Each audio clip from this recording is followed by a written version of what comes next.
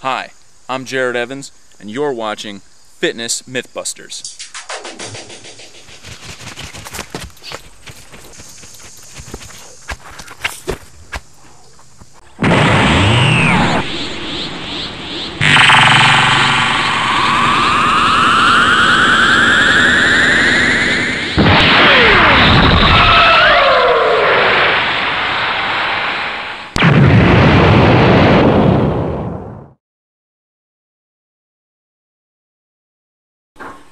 Here we go, big weight.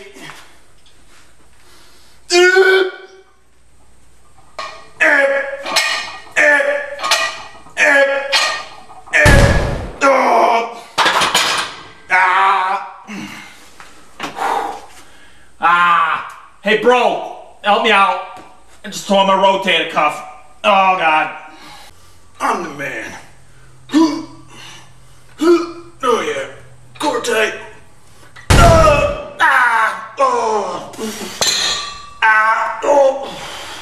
Rotator cuff. Here we go. Sculpting the guns. Yeah, getting huge. Yeah. Curls for girls. Yeah. Rotator cuff. Yeah. Hey bro, you doing legs today? No, I didn't think so. Me neither. Nobody's got time for legs. I'm gonna mix my intro workout though. Get that in me so I can get real big. Oh God! Oh, bro, help me out. Oh, rotator cuff, bro. It's bad.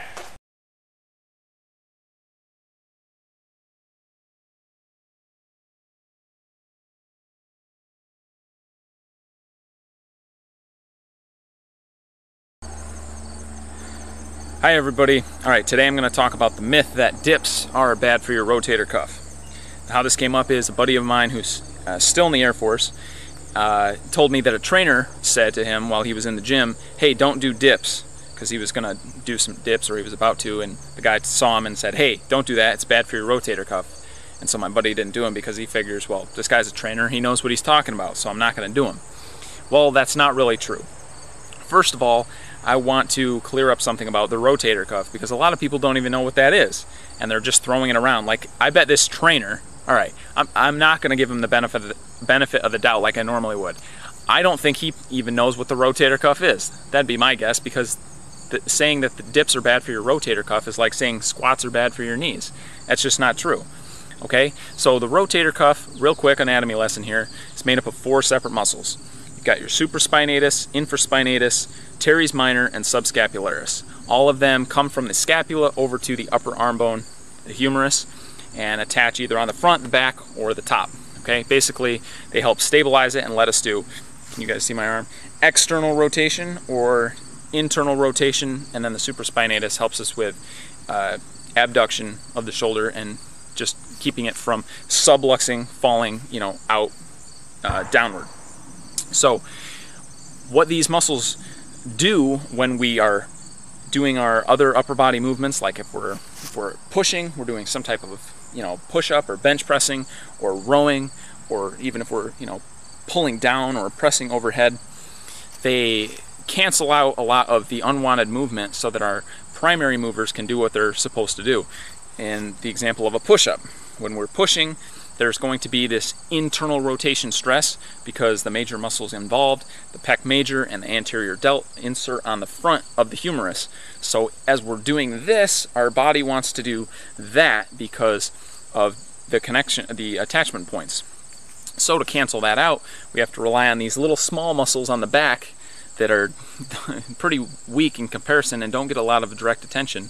So 2 of those muscles I mentioned, the teres minor and infraspinatus, also the posterior deltoid, help do external rotation or stabilize us when we're pressing by canceling out that internal rotation.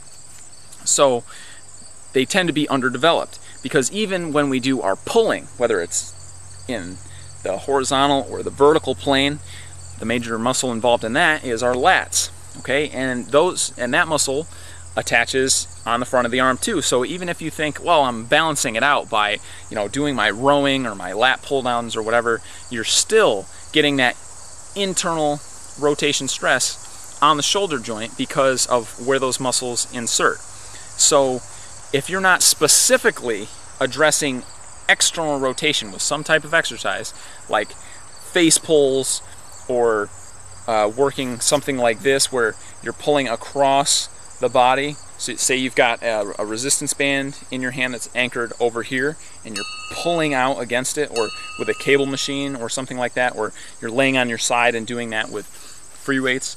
If you're not doing something like that, chances are you will eventually have a rotator cuff problem because of the imbalance. If you're really into fitness and you're working out and developing your major muscle, groups, your beach muscles, then chances are you're eventually going to have some type of imbalance there. So dips themselves are not the problem. It is how you balance your workout and how you address all the different muscle groups in your body, how you address the different movement planes. Now, there's a lot of safe ways to do dips. You can do them off of stairs, you can do them off of chairs or stools, you can do them off of a counter, or you can do them off a railing.